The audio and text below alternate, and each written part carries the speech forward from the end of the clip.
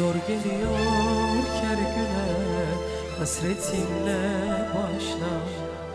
Kavuşmak istiyorum, her an sana kavuşmak.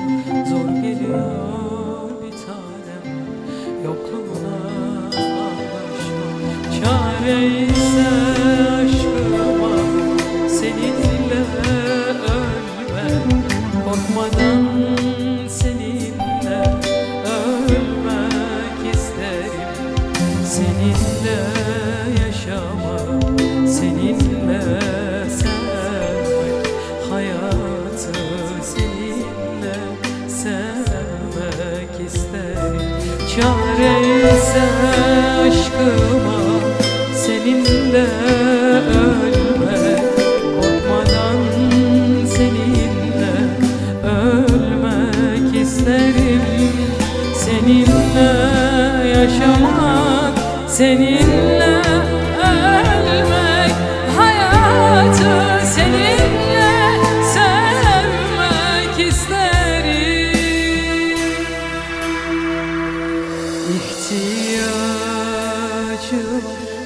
İhtiyacı var ruhumun sevgine, ihtiyacı var.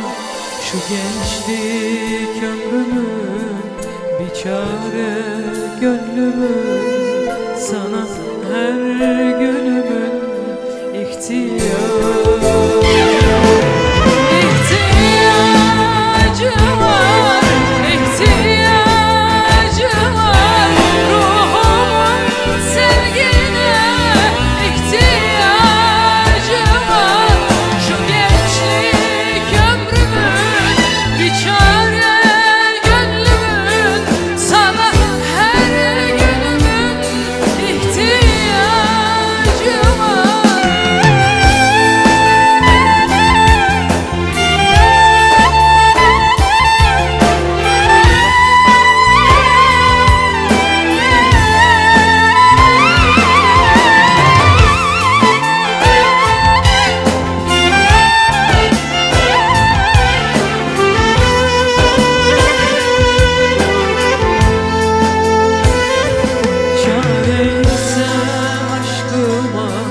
Seninle ölmek, korkmadan seninle sevmek isterim.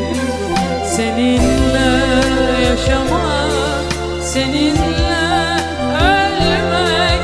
Hayatı seninle sevmek isterim.